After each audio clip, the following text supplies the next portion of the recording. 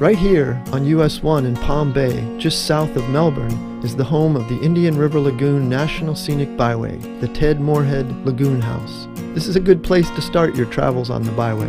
You'll find brochures, travel information, educational displays, and friendly staff. The idea for the Visitor Center building and the Scenic Byway originated with Ted Moorhead. We met with Ted to hear about the Byway and the Lagoon House.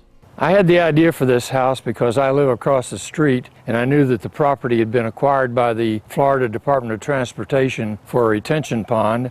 I thought it would also be a good place to have an environmental learning center and a headquarters for the Marine Resources Council, which is the advocacy organization for the Indian River Lagoon. It is an environmental learning center for the Indian River Lagoon, so it has a lot of information about the Indian River Lagoon, the fact that it has more biological species than any other estuary in North America, more than 3,500, and that's because it straddles the temperate and subtropical zones, and you get species from both temperature zones.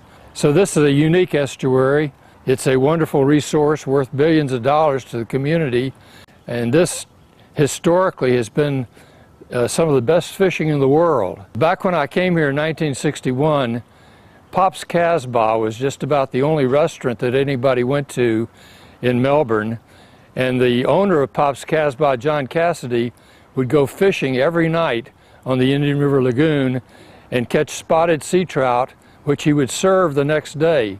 So they literally served not catch of the day, but catch of the night at Pop's Casbah restaurant.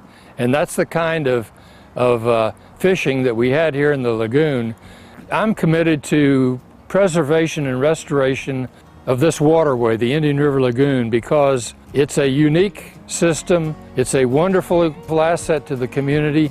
Let's say you had a house on the Indian River Lagoon that was on the tax roll for $2 million. A large part of that value would be attributed to the fact that your house was on this wonderful waterway.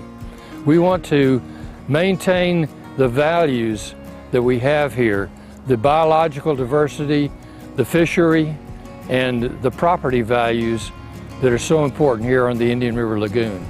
The Indian River Lagoon is beautiful, but it's beyond beautiful. It's also tremendously productive in terms of fish that are great to eat and catch for sport, manatees, which are an endangered species, dolphins, which are a wonderful species to have and are fun to watch and all of that. And it's beautiful to be out here in the morning. I walk every morning and watch the sunrise, and to me that's a great way to start the day.